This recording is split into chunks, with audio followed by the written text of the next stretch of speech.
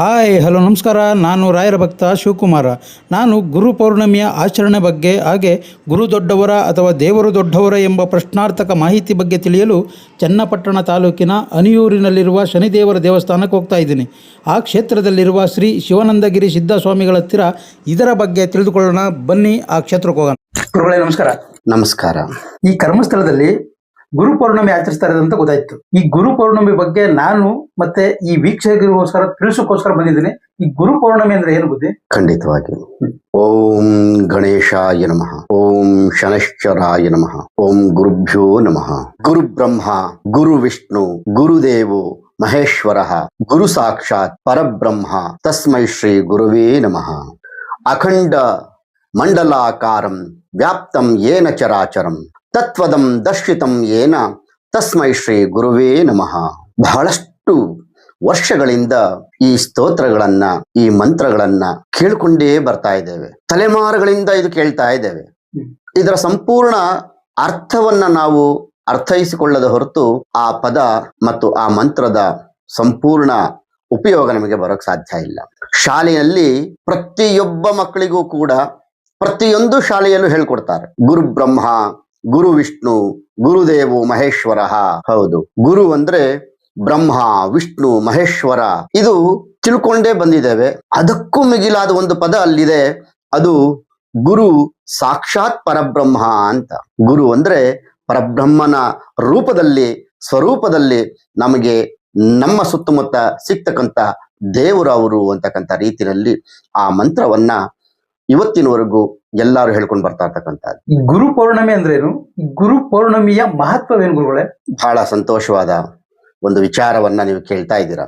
ಈ ಗುರು ಪೂರ್ಣಿಮೆ ಪ್ರತಿ ವರ್ಷ ಆಷಾಢ ಮಾಸದ ಹುಣ್ಣಿಮೆಯ ದಿನ ಆಚರಣೆ ಮಾಡ್ತೇವೆ. ವಿಶೇಷವಾಗಿ ನಮ್ಮ ಜೀವನದಲ್ಲಿ ಇರ್ತಕ್ಕಂಥ ಪ್ರತಿಯೊಬ್ಬ ಗುರುಗಳಿಗೂ ವಂದನೆಯನ್ನ ಸಲ್ಲಿಸ್ತಕ್ಕಂಥ, ಅವರ ತತ್ವ ಪದಗಳನ್ನ ಆಚರಣೆಗೆ ಇರ್ತಕ್ಕಂಥ ಆ ಒಂದು ದಿನವೇ ಗುರು ಪೂರ್ಣಿಮಾ ದಿನ. ಇದು ಕೇವಲ ದಿನವೂ ಅಲ್ಲ, ಕೇವಲ ಹಬ್ಬನೂ ಅಲ್ಲ. ಇದೊಂದು ನಮ್ಮ ಜೀವನದಲ್ಲಿ ಬರ್ತಕ್ಕಂಥ ಮಹತ್ವವಾದಂತ ಒಂದು ಹಬ್ಬಗಳ ಆಚರಣೆಗಿಂತಲೂ ದೊಡ್ಡದಾದಂತ ಒಂದು ದಿನ. ಈ ದಿನವನ್ನ ನಾವು ಸದುಪಯೋಗ ಪಡಿಸ್ಕೊಳ್ಬೇಕಾಗಿರ್ತಕ್ಕಂಥದ್ದು ಬಹಳ ಮುಖ್ಯ. ಈ ದಿನ ಆಚರಣೆ ಬರ್ಲಿಕ್ಕೆ ಕಾರಣ ವೇದವ್ಯಾಸರು. ಯಾವ ವೇದವ್ಯಾಸರು ಮಹಾಭಾರತವನ್ನ ರಚನೆ ಮಾಡಿದ್ರು, ಯಾವ ವೇದವ್ಯಾಸರು ವೇದಗಳನ್ನ ಸಂಪೂರ್ಣಗೊಳಿಸ್ಕೊಂಡ್ರು, ಎಲ್ಲ ಪುರಾಣಗಳನ್ನ ರಚನೆ ಮಾಡಿದ್ರು, ಮತ್ತೆ ದೇವರ ಬಗ್ಗೆ ಆಧ್ಯಾತ್ಮಿಕದ ಬಗ್ಗೆ ನಮಗೆ ಬೇಕಾದಂತ ವಿಚಾರಗಳನ್ನು ಕೊಟ್ಟರು, ಅಂತ ವೇದವ್ಯಾಸರು ಅವತಾರವೆತ್ತಿರ್ತಕ್ಕಂಥ ಆ ಪುಣ್ಯದ ದಿನ ಈ ಆಷಾಢ ಮಾಸದ ಹುಣ್ಣಿಮೆಯ ದಿನ. ಹಾಗಾಗಿ ಅವರ ಅವತಾರವೆತ್ತಿರ್ತಕ್ಕಂಥ ಈ ದಿನವನ್ನ ನಾವು ಗುರು ಪೂರ್ಣಿಮೆ ಅಂತಕ್ಕಂಥ ಶೀರ್ಷಿಕೆ ಅಡಿಯಲ್ಲಿ ಆಚರಣೆ ಮಾಡ್ಕೊಂಡು ಬರ್ತಾ ಇದ್ದೇವೆ. ಭಾರತ ದೇಶ ಇದು ಗುರು ಪರಂಪರೆಯ ದೇಶ. ಗುರು ಪರಂಪರೆ ಅಂತ ಹೇಳಿದ್ರೆ ಗುರುಗಳು ಜನ್ಮ ತಾಳಿ ಆ ಜ್ಞಾನವನ್ನ ಪ್ರತಿಯೊಬ್ಬರಿಗೂ ಪಸರಿಸಿಕೊಂಡು ಬರ್ತಾ ಇರತಕ್ಕಂಥ ಅತ್ಯಂತ ಉತ್ಕೃಷ್ಟವಾದಂತ ದೇಶ. ಈ ದೇಶದಲ್ಲಿ ಗುರು ಪರಂಪರೆ ಉಚ್ಚ ಸ್ಥಾನದಲ್ಲಿ ಇರ್ತಕ್ಕಂಥದ್ದಾಗಿದೆ. ಹಾಗೆ ಗುರುಗಳೇ, ಗುರು ಮತ್ತು ದೇವರಿಗೂ ಇರುವಂತಹ ವ್ಯತ್ಯಾಸ, ಗುರು ದೊಡ್ಡವರ ಅಥವಾ ದೇವರ ದೊಡ್ಡವರ? ಈ ಪ್ರಶ್ನೆ ಬಹುಶಃ ಎಲ್ರಿಗೂ ಕಾಡುತ್ತೆ. ಗುರು ಅಂದ್ರೆ ಯಾರು, ದೇವರು ಅಂದ್ರೆ ಯಾರು ಅಂತಕ್ಕಂಥ ವಿಚಾರಗಳು ಬಹುಶಃ ಎಲ್ಲರೊಳಗೂ ಬರ್ತಕ್ಕಂಥದ್ದು.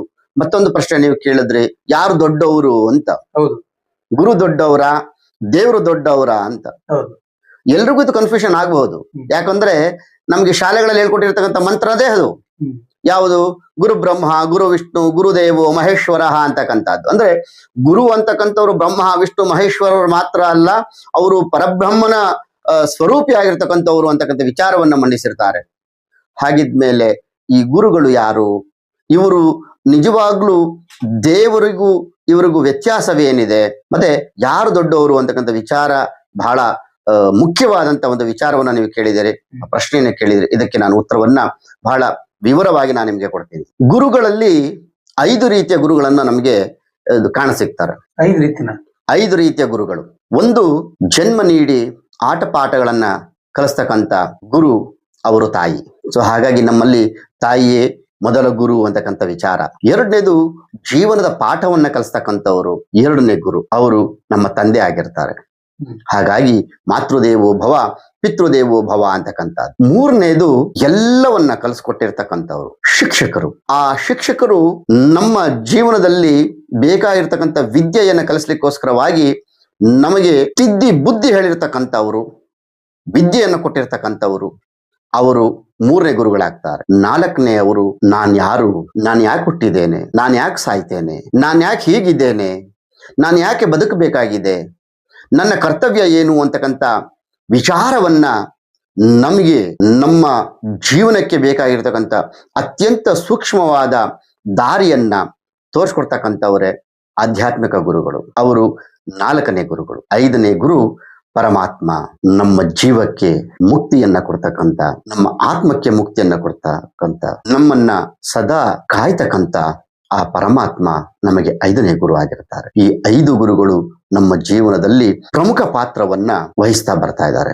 ಇನ್ನು ಹೇಳಿದ್ರಿ ನೀವು ಗುರು ದೊಡ್ಡವರ ದೇವರು ದೊಡ್ಡವರ ಅಂತ. ಹೌದು. ಬಹುಶಃ ನಾನು ಈ ವಿಚಾರವನ್ನ ಮಾತಾಡ್ಬೇಕಿದ್ರೆ ಬಹಳ ಸೂಕ್ಷ್ಮವಾಗಿ ಮಾತಾಡ್ಬೇಕಿರತ್ತೆ. ಯಾಕಂದ್ರೆ ಎಷ್ಟು ಜನರು ಈಗ್ಲೂ ಗುರುವನ್ನ ತಮ್ಮ ಜೀವನದ ಒಂದು ಭಾಗವನ್ನಾಗಿ ತಗೊಂಡಿಲ್ಲ. ವಿದ್ಯೆ ಕೊಡ್ತಕ್ಕಂಥ ಗುರುಗಳವರೆಗೆ ಮಾತ್ರ ಬರ್ತಾರೆ, ಅಲ್ಲಿಂದ ಮುಂದಕ್ಕೆ ಹೋಗಲ್ಲ. ನಿಜ, ವಿದ್ಯೆ ಮಾತ್ರನೇ ನಮಗೆ ಸಾಕ ಅಂತಕ್ಕಂಥ ವಿಚಾರ. ವಿದ್ಯೆಯಿಂದ ನೀವು ಜೀವನ ಕಟ್ಕೊಳ್ಬಹುದು, ಬದುಕು ಕಟ್ಕೊಳ್ಬಹುದು, ಹಣ ಸಂಪಾದನೆ ಮಾಡಬಹುದು, ಅಧಿಕಾರ ಸಂಪಾದನೆ ಮಾಡಬಹುದು. ಆದ್ರೆ ಮೋಕ್ಷ ಬೇಕು ಅಂತ ಹೇಳಿದ್ರೆ ಅದಕ್ಕೆ ಗುರು ಬೇಕಿರುತ್ತೆ. ಅವರೇ ಆಧ್ಯಾತ್ಮಿಕ ಗುರುಗಳು. ಆ ಆಧ್ಯಾತ್ಮಿಕ ಗುರುಗಳು ತಮ್ಮನ್ನ ತಾವು ಗುರುವಿಗಿಂತ ದೊಡ್ಡವರ ಅಂತಕ್ಕಂಥ ವಿಚಾರವನ್ನ ಮಂಡಿಸ್ಬೇಕು ಅಂತ ಹೇಳಿದ್ರೆ ಎಷ್ಟೋ ಜನಕ್ಕೆ ಬಹುಶಃ ಇದು ಉತ್ಪ್ರೇಕ್ಷೆಯ ಮಾತಾಗಬಹುದೇನೋ. ಒಂದ್ಸಲ ಗುರುವಿಗೆ ಅವರ ಶಿಷ್ಯ ಕೂಡ, ಒಂದ್ಸಲ ಒಬ್ಬ ಗುರುವಿಗೆ ಒಬ್ಬ ಶಿಷ್ಯ ಕೂಡ ಈ ಒಂದು ಪ್ರಶ್ನೆನ ಕೇಳ್ತಾನೆ. ಯಾವ ರೀತಿ? ಗುರುದೇವ, ನನಗೊಂದು ವಿಚಾರ ಅರ್ಥವಾಗಬೇಕಾಗಿದೆ. ಗುರು ನೀವು ದೊಡ್ಡವರ ಅಥವಾ ದೇವರು ದೊಡ್ಡವರ? ಗುರು ಹೇಳ್ತಾರೆ, ಹಾಗಿದ್ರೆ ಒಂದು ಕೆಲಸ ಮಾಡು, ನಾನು ನಿನಗೆ ಯಾರು ದೊಡ್ಡವರು ಅಂತ ಹೇಳಲ್ಲ. ಈ ದಿನ ಸಾಯಂಕಾಲ ಕತ್ತಲಾದ ಮೇಲೆ ನಿನಗೊಂದು ದೀಪ ಕೊಡ್ತೀನಿ. ಆ ದೀಪ ತಗೊಂಡು ನಮ್ಮ ಆಶ್ರಮದ ಸುತ್ತ ಇರತಕ್ಕಂಥ ಕಾಡನ್ನ ಸುತ್ತಕೊಂಡು ಬಾ. ಆ ಹುಡುಗ ಸಣ್ಣದಾದಂತ ಒಂದು ದೀಪವನ್ನ ಇಟ್ಕೊಂಡು ಆ ಕತ್ತಲೆ ಒಳಗಡೆ ಇಡೀ ಕಾಡನ್ನ ಸುತ್ತಕೊಂಡು ಆಶ್ರಮಕ್ಕೆ ಬರ್ತಾನೆ. ಆಗ ಗುರುಗಳು ಕೇಳ್ತಾರೆ, ನಿನಗೆ ಕಾಡೆಲ್ಲ ಸುತ್ತಲಿಕ್ಕೆ ಅನುಕೂಲ ಆಯ್ತಾ? ಆಯ್ತು ಗುರುಗಳೇ. ಸೂರ್ಯ ಇದ್ನಾ? ಇಲ್ಲ ಗುರುಗಳೇ. ಯಾರಾದ್ರೂ ದಾರಿ ತೋರಿಸಿದ್ರ? ಇಲ್ಲ ಗುರುಗಳೇ. ಮತ್ತೆ ನಿನ್ನನ್ನು ಯಾರು ಕರ್ಕೊಂಡು ಬಂದಿದ್ದು? ದೀಪ ಗುರುಗಳೇ. ಅವಾಗ ಗುರುಗಳು ಹೇಳ್ತಾರೆ, ಆ ದೀಪನೇ ಗುರು.